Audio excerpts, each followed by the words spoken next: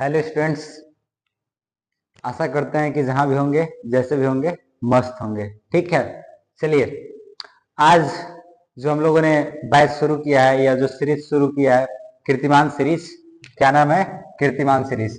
Daily daily हम आप लोगों को इस नाम से अवगत कराते हैं कीर्तिमान से, क्योंकि मैं आपको पहले लेक्चर में बोला था कि आप लोग को क्या करना है, कीर्ति बढ़ाना है अपने घर घर के लोगों का, अपने गांव का, जो भी कहिए सबका क्या करना है, कीर्ति बढ़ाना है। तो भाई कीर्ति बढ़ाना है तो थोड़ा सा कीर्तिमान सीरीज पे ध्यान दे डालो।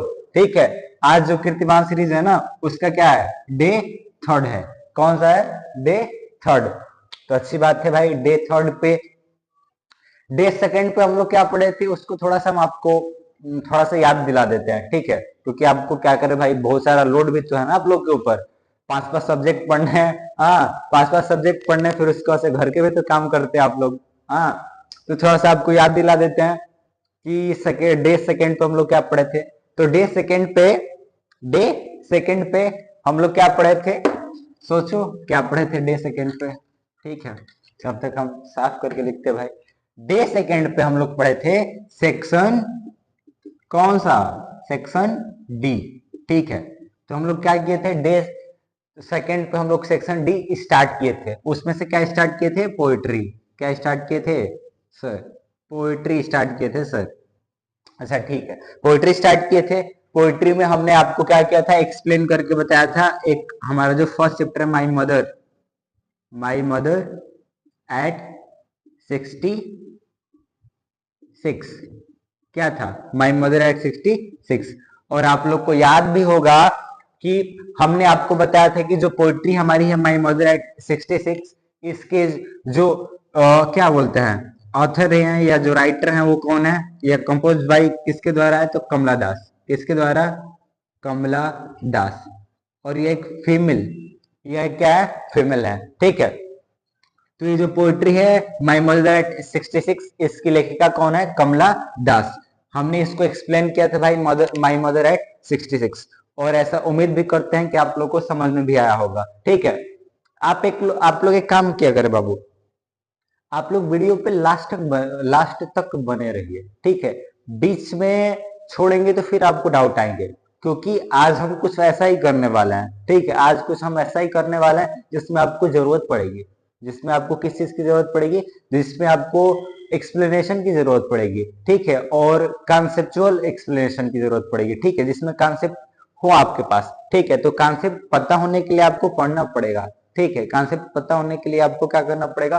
फुल वीडियो देखना पड़ेगा। ठीक है, तो अगर जिसका कॉन्सेप्ट क्लियर नहीं हुआ होगा बाबू, वो जाकर के फिर से उस वीडियो को पूरा लास्ट तक देखिए। ठीक है, टाइम तो आपको देना पड़ेगा, टाइम तो आपको कहीं ना कहीं देना पड़ेगा, कैसे भी। ठीक है, तो चलिए पोएट्री हम आपको पढ़ा चुके हैं, पोएट्री का फर्स्ट चैप्टर। ठीक है, माई मदर एट 66 एक्सप्लेन करके आपको बता चुके हैं। आज क्या करने वाले हैं बाबू? तो आज हम इसी से रिलेटेड, हमने तो इसको एक्सप्लेन कर दिया है, लेकिन हमारा जो मेन काम है वो तो हमारी एक्सप्लेनेशन तो आती नहीं है। हम पहले ही और क्या बोलते हैं, जो सिलेबस एक्सप्लेनेशन वीडियो था उसमें हम आपको बताए थे कि अब एक्सप्लेनेशन आता नहीं है। तो एक्सप्लेनेशन नहीं आएगा तो क्या आएगा सर? तो हम आपको बताए थे कि पोएट्री में क्या आएगा, तो पोएट्री से आपको स्टांजा मिलेगा, स्टांजा स्टांजा बेस्ड क्वेश्चन मिलेंगे। ठीक है, फिर क्या रहेगा भाई, स्टांजा बेस्ड होने के बाद से सेंट्रल आइडिया मिलेगा। ठीक है, स्टांजा बेस्ड 3 क्वेश्चंस मिलेंगे आपको। ठीक है, यानी स्टांजा बेस्ड 3 क्वेश्चंस आपको मिलेंगे और एक सेंट्रल आइडिया लिखने को मिलेगा। और स्टांजा बेस्ड क्वेश्चन कितने नंबर का रहेगा बाबू? 6 नंबर का। और सेंट्रल आइडिया जो रहेगा वो कितने नंबर का रहेगा? 4 मार्क्स का। तो टोटल हमने बताया था आपको कि पोएट्री से कितना आता है? 10 मार्क्स। ठीक है, तो आज हम लोग क्या करने वाले हैं, आज हम लोग क्या करने वाले हैं बाबू, आज हम लोग स्टांजा, यानी जो हमने माई मदर एट 66 जो पोएट्री पढ़ रखा है हमने, जो पिछले लेक्चर में मैंने एक्सप्लेन कराया था, उससे स्टांजा बेस्ड हम लोग क्या करने वाले हैं, क्वेश्चन करने वाले हैं। और उसका आज क्या करने वाले हैं, सेंट्रल आइडिया देखने वाले हैं। ठीक है, तो आपसे यही कहेंगे कि वीडियो के लास्ट तक बने रहिएगा, वीडियो के लास्ट तक बने रहिएगा। सारे सब्जेक्टों का, केमिस्ट्री हो, फिजिक्स हो या इंग्लिश हो या एक्सेट्रा, आप जो भी सब्जेक्ट पढ़ते हो उसको लास्ट तक पढ़ा करो। ठीक है, अगर बीच में छोड़ोगे तो फिर काम गड़बड़ हो जाएगा, डाउटफुल रहोगे आप, ठीक है। डाउटलेस रहना, विदाउट डाउट, ठीक है। तो विदाउट डाउट होने के लिए आपको क्या करना पड़ेगा, तो फुल इंफॉर्मेशन की जरूरत पड़ेगी, ठीक है। तो आपको मैंने पिछले वीडियो में एक्सप्लेन करके बताया था, ठीक है, एक्सप्लेन करके बताया था इस माय मदर X66। आज हम देखते हैं कि आपके पास कितना एक्सप्लेनेशन पावर है भाई। हम आज स्टैंजा लिखेंगे और उसके क्वेश्चन करेंगे, फिर उसके बाद से लास्ट में आपको सेंट्रल आइडिया बताएंगे, और फिर जाते जाते आपके लिए हम क्वेश्चन भी छोड़ के जाएंगे। ऐसे नहीं छोड़ेंगे सर आपको, ठीक है, आपको ऐसे हम छोड़ने वाले नहीं है। स्टैंजा लिखेंगे और उस स्टैंजा से आपको 2 क्वेश्चन या 3 क्वेश्चन देंगे, ठीक है। और हम ऐसा उम्मीद करेंगे कि आप लोग क्या करेंगे, क्लास में उसको करके लाएंगे, ठीक है। या हो सकता है तो अगर मेहनत करें तो कमेंट बॉक्स में भी टाइप करके लिख सकते हैं, ठीक है, आपकी मर्जी, ठीक है। चलिए हम स्टैंजा बेस्ड क्वेश्चन को करना स्टार्ट करते हैं, ठीक है। चलिए, तो आप लोग के सामने क्या हो गया, मैंने स्टैंजा लिख दिया है, ठीक है। तो आप लोग के आंखों के सामने स्टैंजा लिखा गया है। अब इसको गौर से देखिए कि क्या ये स्टैंजा आपने पढ़ा है। तो देखिए जरा इसको गौर से कि क्या स्टैंजा आपने इस स्टैंजा को पढ़ा है कल या किसी और दिन किसी और शख्स के द्वारा। तो देख लीजिए, तो गौर से देखिए इसको। देखने पे हमें यह पता चलता है कि हाँ, हमने इस स्टैंजा को पढ़ लिया है। हमें खुशी के साथ बताते हुए अच्छा लग रहा है कि हम इस स्टैंजा पढ़ चुके हैं। तो हम इस स्टैंजा को पढ़ चुके हैं सर। तो हमारे सामने इस स्टैंजा से रिलेटेड क्या है, क्वेश्चन दिया गया है। तो आप चाहें तो डायरेक्ट क्वेश्चन को पढ़ के इसका आंसर दे सकते हैं, लेकिन कुछ मेरे काबिल होनहार दोस्त छात्र जो भी कहिए हैं, वो कहेंगे कि सर थोड़ा सा एक बार इस पे भी ध्यान दे दीजिए ना, इस स्टैंजा के ऊपर, ताकि हमारा भी भला हो जाए। तो कोई बात नहीं सर, हम इस स्टैंजा के ऊपर फिर से एक बार फास्ट रिवीजन करते हैं, मतलब ध्यान देते हैं, और फिर उसके बाद से क्वेश्चन पाएंगे, ठीक है। तो एक बार इसको जल्दी जल्दी हम देखते हैं इस स्टैंजा को, ठीक है, क्योंकि हम इस स्टैंजा को क्या कर चुके थे, कल का डिस्कस करा चुके थे, ठीक है। कल का इस स्टैंजा को डिस्कस करा चुके हैं, ठीक है। तो चलिए देखते हैं भाई, फिर से थोड़ा सा जल्दी में इस स्टैंजा को देखते हैं। देखिए क्या लिखा है। पहले तो एक बात सुनो, पहले इसको पढ़ते हैं। ड्राइविंग मतलब चलाते हुए, 4 व्हीलर, ड्राइविंग कार, हम ऐसे लिखते हैं ड्राइविंग कार, गाड़ी चलाते हुए या चलते हुए, ठीक है। Driving from my parents home to coaching, driving मतलब चलाते हुए, फ्रॉम मतलब से, माई मतलब अपने, पेरेंट्स मतलब माता पिता के, होम मतलब घर से, अपने माता पिता के घर से गाड़ी चला के जाते हुए, टू मतलब की ओर, कोचिंग मतलब कोचिंग की ओर सर। तो अपने माता पिता के घर से गाड़ी चलाते हुए कोचिंग की तरफ जाते हुए। तो पहली बात दिमाग में रख लो सर कि कह रहा है कि गाड़ी चला के अपने माता पिता के घर से कोचिंग जाते हुए लास्ट फ्राइडे मॉर्निंग, पिछले शुक्रवार की सुबह। तो आप ऐसे अर्थ निकाल सकते हो सर कि पिछले शुक्रवार की सुबह, पिछले शुक्रवार के सुबह अपने माता पिता के घर से, अपने माता पिता के घर से गाड़ी चलाकर कोचिंग जाते हुए। आयशा, आई मतलब लेखिका, लेखिका कहते हैं कि आयशा मैंने देखा, माई मदर मतलब अपनी माता को। तो लेखिका कह रही हैं कि जब पिछले शुक्रवार की सुबह मैं गाड़ी चला करके अपने माता पिता के घर से कोचिंग जा रही थी, पिछले शुक्रवार की सुबह जब मैं अपने माता पिता के घर से गाड़ी चला के कोचिंग जा रही थी, तो कोचिंग जा रही थी तो आई सा माई मदर, मैंने अपनी माता को देखा। तो आप सोचो कि गाड़ी चला रही थी तो कैसे देख सकती हैं। तो पीछे थोड़ा सा अगर आगे थोड़ा सा और आप ध्यान दें तो लिखा है कि बिसाइड मी, जो कि मेरे बगल में थी, बिसाइड मी जो कि मेरे बगल में बैठी हुई थी, ऐसा अर्थ लेके आएंगे, ठीक है। तो कह रही हैं कि जब मैं गाड़ी चला के पिछले शुक्रवार की सुबह अपने माता पिता के घर से कोचिंग जा रही थी, तो अब मैंने अपनी माता को देखा, बिसाइड में, जो मेरे बगल में बैठी हुई थी। तो अब आपको सेंस समझ में आ गया कि गाड़ी लेखिका चला रही हैं और उनके जस्ट बगल में क्या है, उनकी माता जी बैठी हुई हैं। कुछ लोग ऐसा भी कह सकते हैं कि सर जरूरी थोड़ी ना कि वो गाड़ी चला रही है। तो हाँ, आप ऐसा भी कह सकते हो कि वो हो सकता है कि आगे ड्राइवर गाड़ी चला रहा हो और पिछले सीट पे दोनों लोग बैठे हुए हो, ठीक है, ऐसा भी सेंस ले सकते हैं। लेकिन वो ये कह रही है कि मैंने जब गाड़ी चल रही थी तो मैंने अपनी माता को क्या है, अपने बगल में बैठे हुए देखा। चलिए आगे देखते हैं। आई सा माई मदर बिसाइड मी, जो मेरे बगल में बैठी हुई थी। डोज खुले, डोज मतलब ऊँगते, सॉरी, डोज मतलब ऊँगते हुए, ओपन मतलब खुले, माउथ हेड मतलब मुंह। डोज क्या बोलेंगे, ऐसे देखते हैं। डोज मतलब खुले, डोज मतलब ऊँगते हुए, ओपन मतलब खुले, माउथ हेड मतलब मुंह। तो डोज ओपन माउथ हेड, खुले मुंह ऊँघते हुए। आपको मेरे दोस्तों, मेरे छात्रों, मैं आपको बता चुका हूँ, सेंटेंस पढ़ा चुका हूँ कि जब दो कमा लगाया गया है तो आप बीच वाले फ्रेज को क्या कर सकते हो, एलिमिनेट करके हटा सकते हो, एलिमिनेट करके हटा सकते हो, और इसको क्या कर सकते हो, डायरेक्ट जोड़ सकते हो। तो जोड़ के देखो सर कितना मस्त अर्थ निकल के आएगा। आई सा माई मदर, मैंने अपनी माता को देखा। डोज मतलब ऊँघते हुए, ओपन मतलब खुले, माउथेड मतलब मुंह। तो मैंने अपनी माता को खुले मुंह ऊँघते हुए देखो, कितना इजी हो गया सर। ग्रामर पढ़ेंगे तो और मजा आएगा। ठीक है, तो आई सा माई मदर, मैंने अपनी माता को देखा, डोज ओपन माउथेड, खुले मुंह ऊँघते हुए, बिसाइड मी, अभी जोड़ सकते हो, बिसाइड मी, जो कि मेरे बगल में बैठी हुई थी। ठीक है, अब यहां तक थोड़ा सा इसका सेंस समझ लीजिए। लेखक और हैं कि जब मैं अपने माता पिता के घर से गाड़ी चला के, मतलब गाड़ी में बैठ के या गाड़ी चला के कोचिंग जा रही थी, तो मेरी माता जी जो थी ना, वो मेरे बगल में बैठी हुई थी, और बैठे बैठे क्या हो गई थी, अब लंबा सफर है सर, तो लंबे सफर में उनकी माता क्या हो गई थी, बुढ़ी हो चुकी है, हम पहले बता चुके हैं पहले लेक्चर में।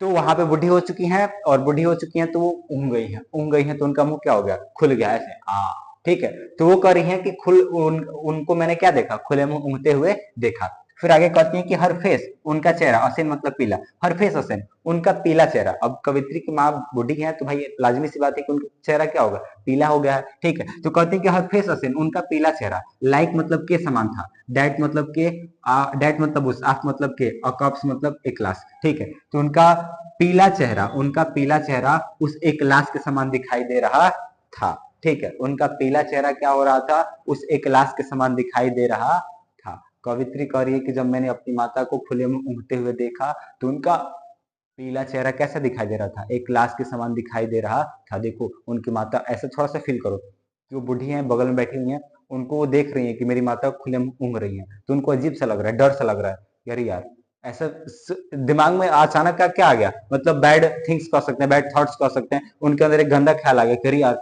मेरी माँ देखो ना ऐसे लेटे पड़ी है, जैसे लग रहा है कोई लाश है। ठीक है, तो उस चीज से वो डर जाती है। फिर कहते हैं कि उनका पीला चेहरा एक लाश के समान दिखाई दे रहा था, and I realized with pain, और मुझे एहसास हुआ, दर्द के साथ एहसास हुआ, that she was old as she looked, मुझे दर्द के साथ एहसास हुआ कि मेरी माता उतनी बुढ़ी हो चुकी हैं, that she was as old as she looked, कि मेरी माता उतनी बुढ़ी हो चुकी हैं जितनी वो दिखती हैं। ठीक है, बट सुन, लेकिन जल्दी ही, पुट दैट थॉट अवे, लेकिन मैंने जल्दी ही इस विचार को दूर हटा दिया। किस विचार को, कि मेरी माता बूढ़ी हो गई है और मुझसे दूर होने वाली है। इस विचार को उन्होंने अपने दिमाग से क्या कर दिया, जल्दी ही हटा दिया। चलिए, ये रहा आपका स्टांजा। ठीक है, अब हम डायरेक्ट आते हैं बाबू क्वेश्चन पे, बिना समय को गवाए हुए, क्योंकि टाइम इज मनी। ठीक है, तो ध्यान दीजिए, क्वेश्चन क्या है, where was the poet going to. Poet देखो लिखा है यहाँ पे, हम कवि बोलते हैं, कवित्री लेखिका है तो हम कवित्री बोलेंगे। ठीक है, where was the poet going to, कवित्री कहाँ जा रही थी, वेयर मतलब कहाँ, वेयर मतलब कहाँ, was the poet going to, कवित्री कहाँ जा रही थी, एंड और विथ हुम, और किसके साथ, कवित्री कहाँ जा रही थी और किसके साथ। सर अभी आपको बताया था कि कवित्री कहाँ जा रही हैं, तो सोचिए जरा, गौर करिए कि कवित्री कहाँ जा रही थी। कुछ लोग कहेंगे कि सर ये तो पता करना पड़ेगा। ठीक है, नहीं पता नहीं करना पड़ेगा, आंखों के सामने आंसर लिखा है सर। देखो फायदा तो ये है कि आंखों के सामने आंसर भी लिखा है, आपको बस नजरें दौड़ाना है और बस उसको पकड़ के इसमें लिख देना है। ठीक है, तो आप सोचोगे, सोचो जरा कुछ देर, सोच के आप बताओगे कि सर जी आप अभी बताए थे कि कवित्री जी जो है वो कहाँ जा रही है, टू कोचिंग, अपने घर से, माता पिता के घर से कहाँ जा रही है, कोचिंग जा रही है। तो आप आंसर कैसे लिखोगे, इसी में से थोड़ा सा नकल मार लेंगे। स्टार्ट कहां से करेंगे, the poet, the poet was subject plus verb, subject plus verb, the poet was going to, कहाँ जा रही थी सर, इस स्टांजा के according, according to this stanza the poet was going to coaching, कहाँ पे, कोचिन, कोचिन क्या है, तो एक केरला में एक जगह है। ठीक है, तो the poet was going to Cochin. अगला क्वेश्चन है, विथ हुम, किसके साथ जा रही थी। तो आप कहोगे कि सर ये बहुते कुछ के साथ जा रही थी, गाड़ी के साथ जा रही थी, अपनी माता के साथ जा रही थी, हो सकता है कि ड्राइवर भी हो तो उसके साथ भी जा रही होंगी। ठीक है, ऐसा नहीं है सर, हम उतनी चीजों को नहीं लिखेंगे। ठीक है, शॉर्ट आंसर टाइप क्वेश्चन है, हम डायरेक्ट लिखेंगे कि the poet was going to coaching, कवित्री कोचिंग जा रही थी और किसके साथ जा रही थी, तो हम डायरेक्ट लिखेंगे विथ हर मम्मी, नहीं मदर, विथ हर मदर।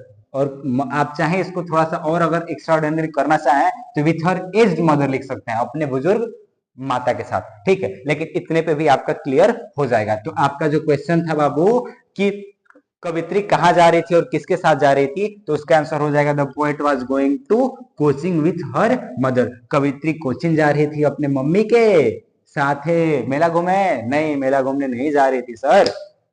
चलिए ठीक है, लिख लीजिए इस क्वेश्चन का, इस क्वेश्चन को लिख लीजिए, इस क्वेश्चन को। चलिए इस क्वेश्चन को लिख लिए बाबू, क्वेश्चन का आंसर लिख लिए तो ठीक है। अगला क्वेश्चन देखते हैं, क्वेश्चन नंबर बी। ठीक है, क्वेश्चन नंबर बी देखते हैं। इस पे क्वेश्चन नंबर बी क्या है, तो देखिए इस पे क्वेश्चन नंबर बी क्या है। तो क्वेश्चन नंबर बी है, what did the poet notice, what did the poet noticed, notice sorry sorry what did the poet notice, ठीक है, inside inside the car, what did the poet notice inside the car, on the face of her mother। आप इस question को पढ़ो sir, question को पढ़ो जरा गौर से। लिखा है कि what did the poet notice, कवित्री ने क्या नोटिस, नोटिस मतलब ध्यान देना, कवित्री ने क्या ध्यान दिया, इनसाइड मतलब अंदर, द कार मतलब उस कार के। तो कवित्री ने उस कार के अंदर क्या ध्यान दिया, on the face of her mother, अपनी माता के चेहरे पर। तो कवित्री ने उस कार के अंदर अपनी माता के चेहरे पे क्या ध्यान दिया। आप इसको एकदम से कहो कि सर जी आपने इस क्वेश्चन का तो डायरेक्ट आंसर बताया ही नहीं। हाँ, इसीलिए मैं बोल रहा था कि आपके पास क्या होना चाहिए, तो आपके पास कंप्लीट इंफॉर्मेशन होना चाहिए और वो भी कॉन्सेप्चुअल। ठीक है, तो देखो आप इसको सोचो जरा, क्या होगा इसके आंसर। लिखा है कि what did the poet notice inside the car on the face of her mother, कवित्री ने क्या ध्यान दिया कार के अंदर अपनी माता के चेहरे पे। तो आप सोचो कि क्या ध्यान दिया। आप इसका आंसर देखो इसमें है, बस थोड़ा सा दिमाग लगाना है। डायरेक्ट आंसर इसमें नहीं लिखा है, लेकिन आपको आंसर दिया भी है, थोड़ा सा दिमाग लगा के देखो। तो जब आप इसको करने बैठोगे सर, जब आप इसको करने बैठोगे तो आप ध्यान से देखो, ठीक है। आप इसमें से थोड़ा सा नकल मारो, इसमें से आप थोड़ा सा नकल मारो, ठीक है। आप क्या करोगे, तो यहां से इस क्वेश्चन का सब्जेक्ट से स्टार्ट करो, सब्जेक्ट से इसको आंसर इसका लिखना स्टार्ट करो। सब्जेक्ट क्या है, द पोएट, तो लिखोगे द पोएट। अब देखो डीड हटेगा तो वहां पे क्या हो जाएगा, नोटिस्ड हो जाएगा। द पोएट नोटिस्ड, कवित्री ने ध्यान दिया, कवित्री ने ध्यान दिया, क्या ध्यान दिया, ठीक है।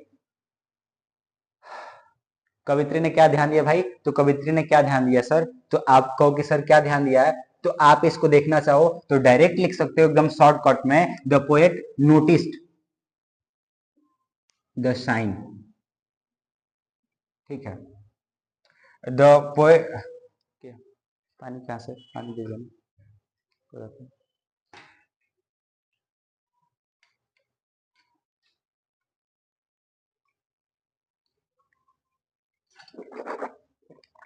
गला सूख जा रहा है जी।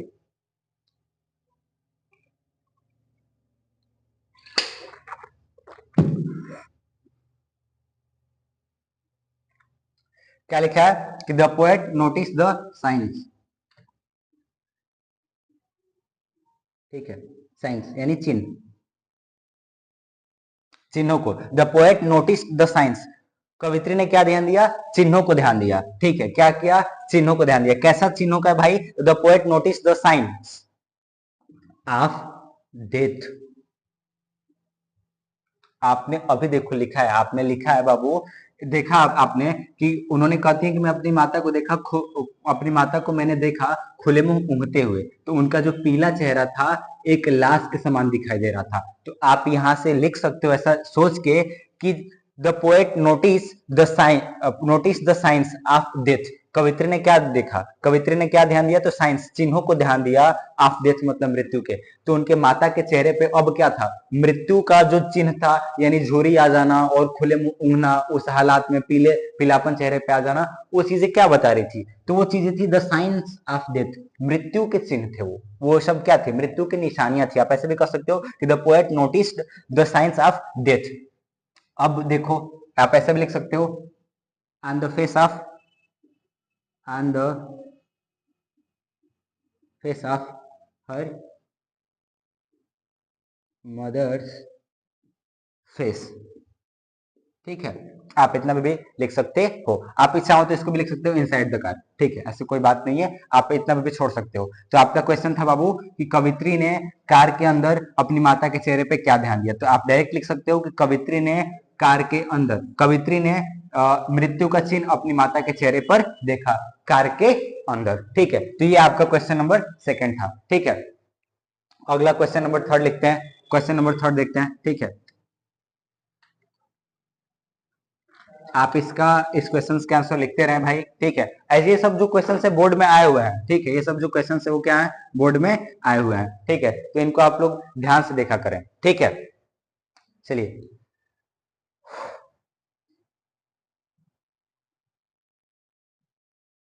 एक क्वेश्चन आता है,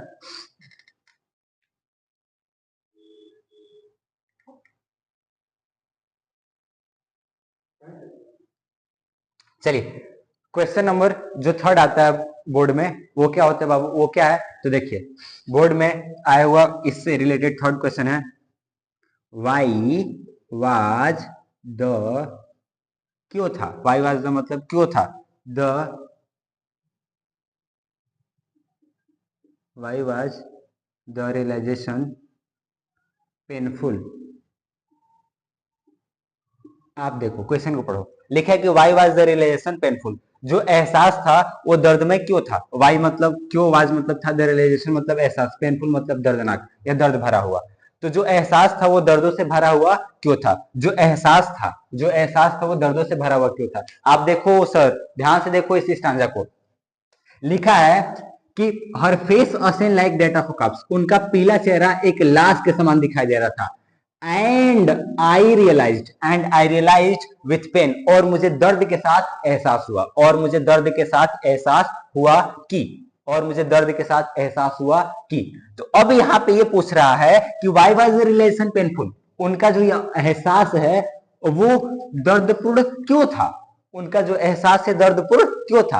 आप सोचो जरा, डायरेक्ट तो आंसर नहीं लिखा, लेकिन आप सोचो जरा ध्यान से, उनको दर्द या दुख क्यों हो रहा था। मैंने बताया था अभी लेक्चर में कि उनको दुख या दर्द क्यों हो रहा था, क्योंकि आप लाजमी सी बात है, आप सोचो सर, आपकी या मेरी माता बूढ़ी होंगी, ठीक है, बूढ़ी होंगी तो हम लोग कभी कभी ऐसा हो जाता है कि जैसे उनसे, उनके साथ कहीं अकेले जा रहे हैं, ट्रेवल कर रहे हैं, ठीक है, और आप ऐसा इमेजिन करो कि आप लोग या मैं ट्रेवल कर रहा हूं अपनी माता के साथ, ठीक है, और मेरी माता उस स्टेज में है, वो मेरे बगल में बैठी हुई हैं, और उनके चेहरे पे डेथ का साइन आ रहा है, मतलब मृत्यु का चिन्ह स्पष्ट रूप से दिखाई दे रहा है, क्योंकि उनके चेहरे पे झुर्रियां आ गई हैं, लेटी हैं तो क्या हो गया, मुंह खुल गया है, तो अजीबोगरीब से दिख रही हैं, तो भय आ ही जाएगा, लाजमी सी बात है।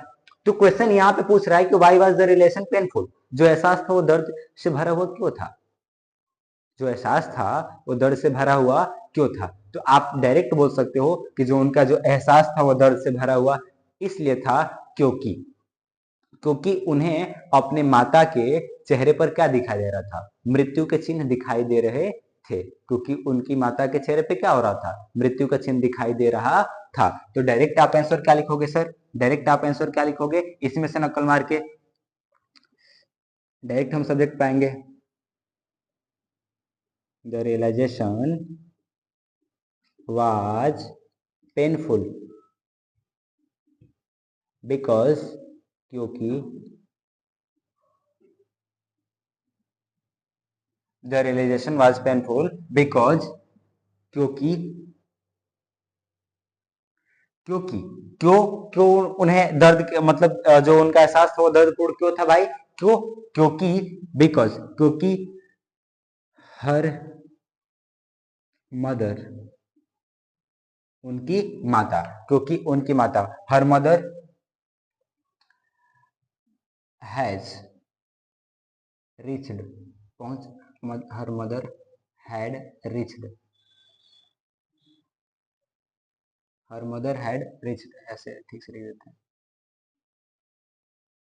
हर मदर हैड रिस्ट, क्योंकि उनकी माता पहुंच चुकी थी, क्योंकि उनकी माता क्या हो चुकी थी, हर मदर हैड रिस्ट, उनकी माता पहुंच चुकी थी at the stage, at the stage of at sorry, her mother had reached at last stage at last stage of her life। जो उनका जो लिखा है कि द रियलाइजेशन वाज पेनफुल, जो एहसास था वो दर्दपूर्ण था, क्योंकि उनकी माता क्या हो चुकी थी, जीवन के अपने जीवन के अंतिम स्टेज पे पहुंच चुकी थी।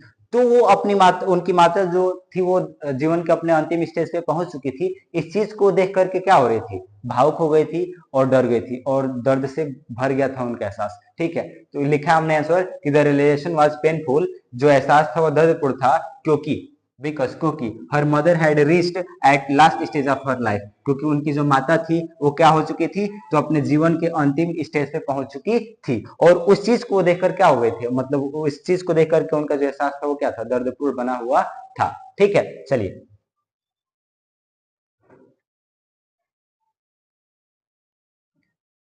चलिए बाबू, इसको आप ये जो क्वेश्चन आंसर लिखवा रहे हैं बाबू, जो क्वेश्चन है इसका, इसको आप क्वेश्चन के आंसर डिनोट कर सकते हैं, या चाहे तो अपने अनुसार भी लिख सकते हैं। कोई ऐसी बात नहीं है कि मेरे वाला लिखवाया वो करें, लेकिन हाँ ध्यान दीजिएगा बाबू कि आपका ग्रामेटिकल एरर नहीं होना चाहिए, क्योंकि ग्रामेटिकल एरर नहीं होना चाहिए। ठीक है, तो चलिए इसको हम साफ करते हैं भाई।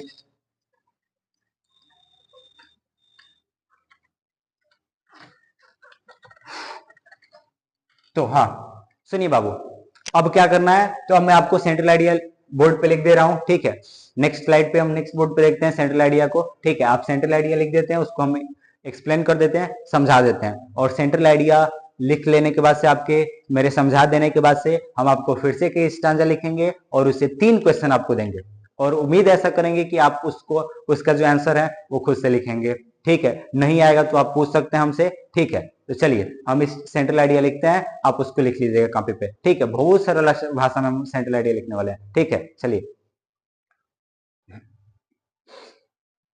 चलिए बाबू, देखिए आपके बोर्ड पे हमने सेंट्रल आइडिया लिख दिया है। आपके बोर्ड पे बाबू हमने सेंट्रल आइडिया लिख दिया है, माई मदर एट 66, जो हमारी पोएट्री का जो फर्स्ट चैप्टर है, माई मदर एट 66, उस पोएट्री का हमने सेंट्रल आइडिया क्या किया बाबू, तो आपके बोर्ड पे लिख दिया है। आप क्या करिए, तो आप स्क्रीन का स्क्रीनशॉट ले लीजिए। ठीक है, और बाद में रुक करके इसको आप लिख लीजिएगा। ठीक है, आप चाहे तो कहीं और से भी लिख सकते हैं, कोई इसमें दिक्कत की बात नहीं है, लेकिन हमने आपको बोर्ड पे लिखा है और मैं अभी आपको एक्सप्लेन करके इसका मीनिंग भी समझाने वाला हूँ। ठीक है, पहली बात की central idea my mother eight 66 का। ठीक है, और मैं बार बार बता चुका हूं कि इसके राइटर क्या है, कमला दास। कौन है, कमला दास। ठीक है, इसकी राइटर कौन है, यानी लेखिका कौन है, तो इसकी लेखिका है कमला दास। ठीक है, कमला दास ने इसको लिखा है। ठीक है, और ये जो पोएट्री है बाबू, माई मदर एट 66, ये भी इंपॉर्टेंट है, और इसका जो सेंट्रल आइडिया वो भी इंपॉर्टेंट है। ठीक है, एग्जाम के लिए क्या है, सेंट्रल आइडिया इंपॉर्टेंट है। आप देखो 4 नंबर का ये सेंट्रल आइडिया, 4 नंबर का क्या है, सेंट्रल आइडिया। तो आपको, आप चाहे पहली बात की सुनो, सेंट्रल आइडिया में लिखते क्या है, पहली बात की आप सुनो कि सेंट्रल आइडिया में लिखते क्या। तो सेंट्रल आइडिया में हम लिखते हैं, सेंट्रल आइडिया का मीनिंग अगर आप देखें तो सेंट्रल आइडिया को हिंदी में बोलते हैं केंद्रीय विचार। क्या बोलते हैं बाबू, केंद्रीय विचार। ठीक है, सेंट्रल आइडिया को हिंदी में क्या बोलते हैं, केंद्रीय विचार। तो सेंट्रल आइडिया में यह लिखा जाता है कि जो कवि है, मतलब जो कहा कविता है, सॉरी, जो कविता है वो किसके अकॉर्डिंग चल रही है, मतलब किसके इर्द गिर्द घूम रही है। कोई ऐसा पॉइंट होगा जिसके इर्द गिर्द ये की पूरी की पूरी कविता क्या है, घूम रही है। तो आप ये जो माई मदर एट 66 है, इसका जो आपने एक्सप्लेनेशन पढ़ा, उसमें आपको पता चला होगा कि ये जो पूरी की पूरी जो पोएट्री है वो किसके चारों तरफ इर्द गिर्द सराउंडिंग घूम रही है। ठीक है, आप गौर करेंगे कि ये जो पोएट्री है पूरी की पूरी किसके सराउंडिंग घूम रही है, उनकी माता के चारों तरफ क्या हो रही है, घूम रही है, और लेखिका के दुख के प्रति, इन दोनों चीजों के लेकर के कहानी की पूरी मतलब ये जो पोएट्री है वो पूरी की पूरी क्या हो रही है, चल रही है। ठीक है, तो चलिए आप इसके स्क्रीनशॉट ले लीजिए बाबू, फिर उसके बाद इसको समझते हैं। ठीक है, आप क्या करिए, तो स्क्रीनशॉट ले लीजिए इसका। ठीक है,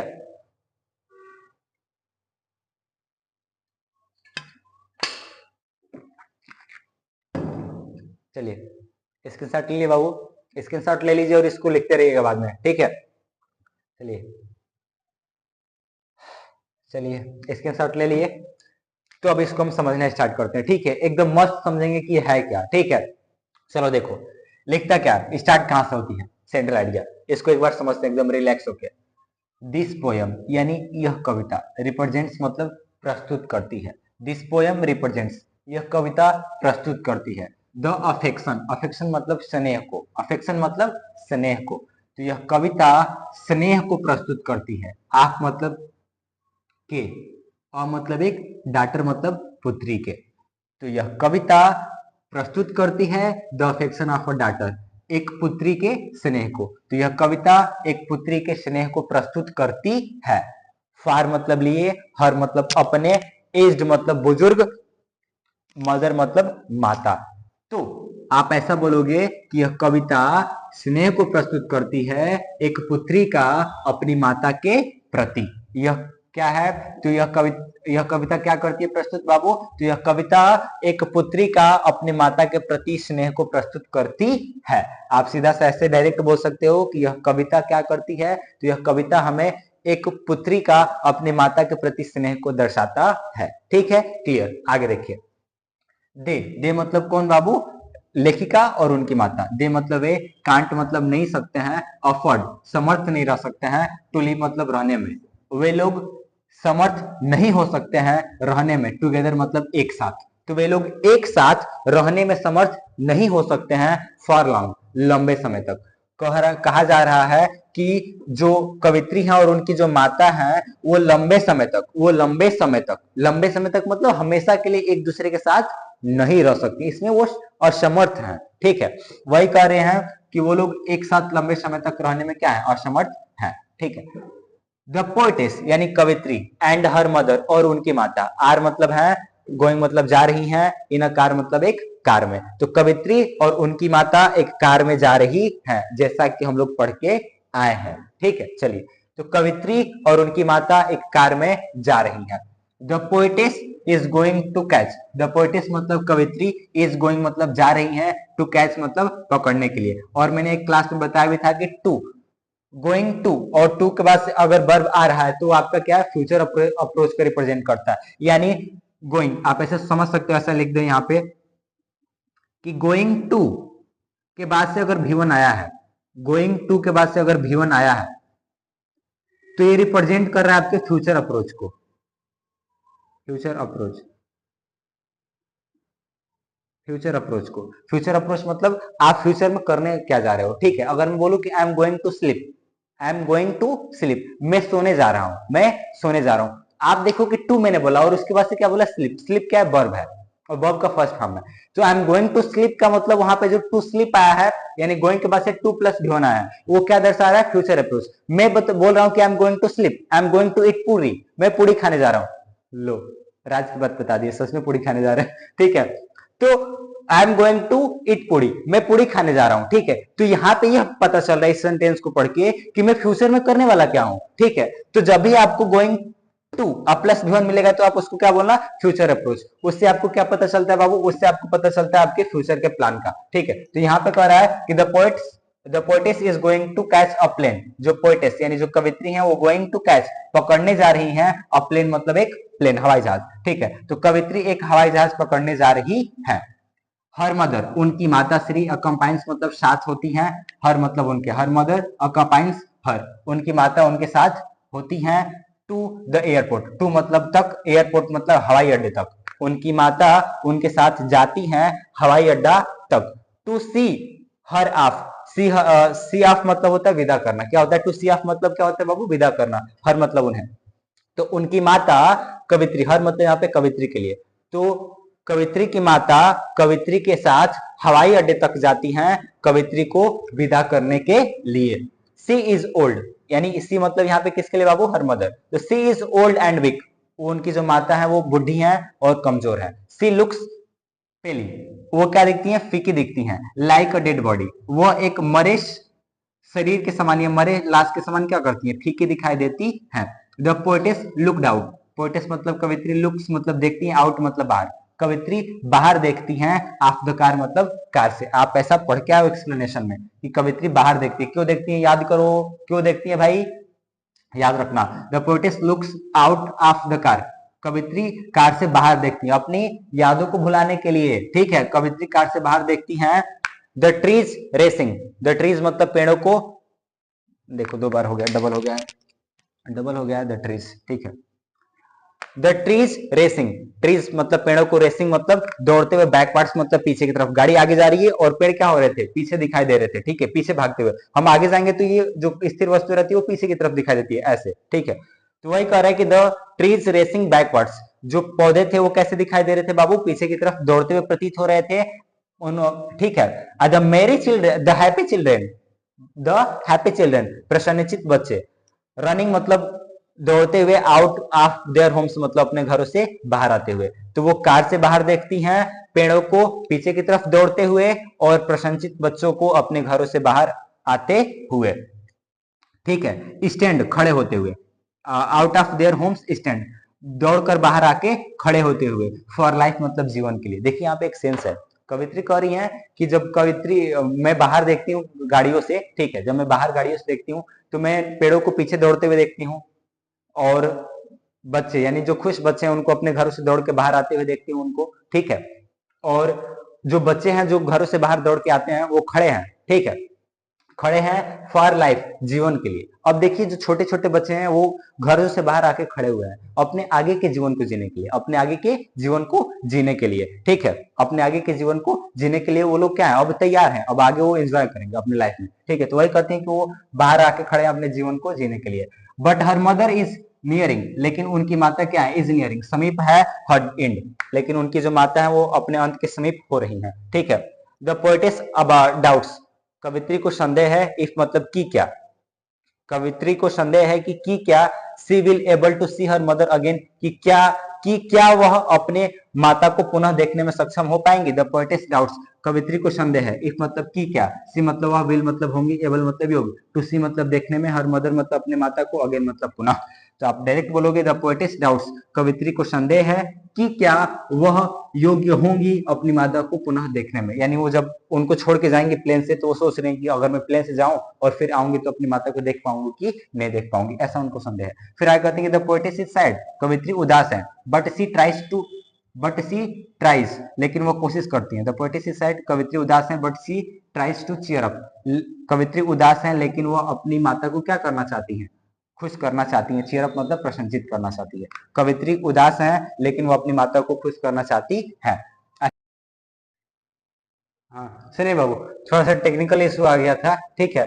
तो लास्ट लाइन आपका ये बचा था, सी प्रोमिसेस टू सी हर, और she promises to her mother again, ठीक है। इसको सुन लीजिए, सी मतलब अब, प्रोमिसेस मतलब वादा करती है, टू सी मतलब देखने का, हर मदर मतलब अपनी माता को, अगेन मतलब पुनः, यानी लास्ट में वो लाइन यही था कि वो अपनी माता को पुनः देखने का क्या करती हैं, वादा करती है कि शिवसुन अम्मा, जल्दी मैं आपसे मिलूंगी अम्मा। आप ऐसा इस स्टांजा में पढ़ चुके हो, ठीक है। तो वही यहाँ पे लास्ट लाइन हमने लिखा था कि she promises to her to see her mother again, वो अपनी माता से वादा करती है पुनः उनको देखने का।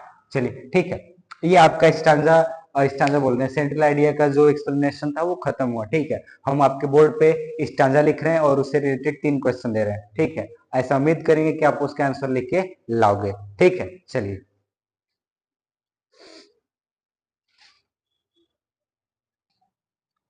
चलिए बाबू, आपके बोर्ड पे हमने स्टांजा लिख दिया है, ऊपर लिख भी दिया होमवर्क, ठीक है। आप क्या करेगा, इस स्टांजा को पढ़िएगा, मैं आपको एक्सप्लेन करके बता चुका हूँ, ठीक है।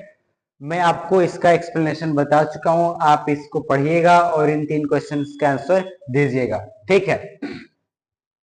पहले थोड़ा सा हम क्वेश्चन आपको बता देते हैं, क्वेश्चन डिस्कस कर देते हैं, क्वेश्चन क्या है, ठीक है। क्वेश्चन क्या है, विथ होम किसके साथ, डिड मतलब किए, द पोएटेस मतलब कवित्री ने, कंपेयर मतलब तुलना, हर मदर मतलब अपनी माता का। तो कवित्री ने अपनी माता का तुलना किसके साथ किया, ठीक है। पहला क्वेश्चन है कि कवित्री ने अपनी माता का तुलना किसके साथ किया है।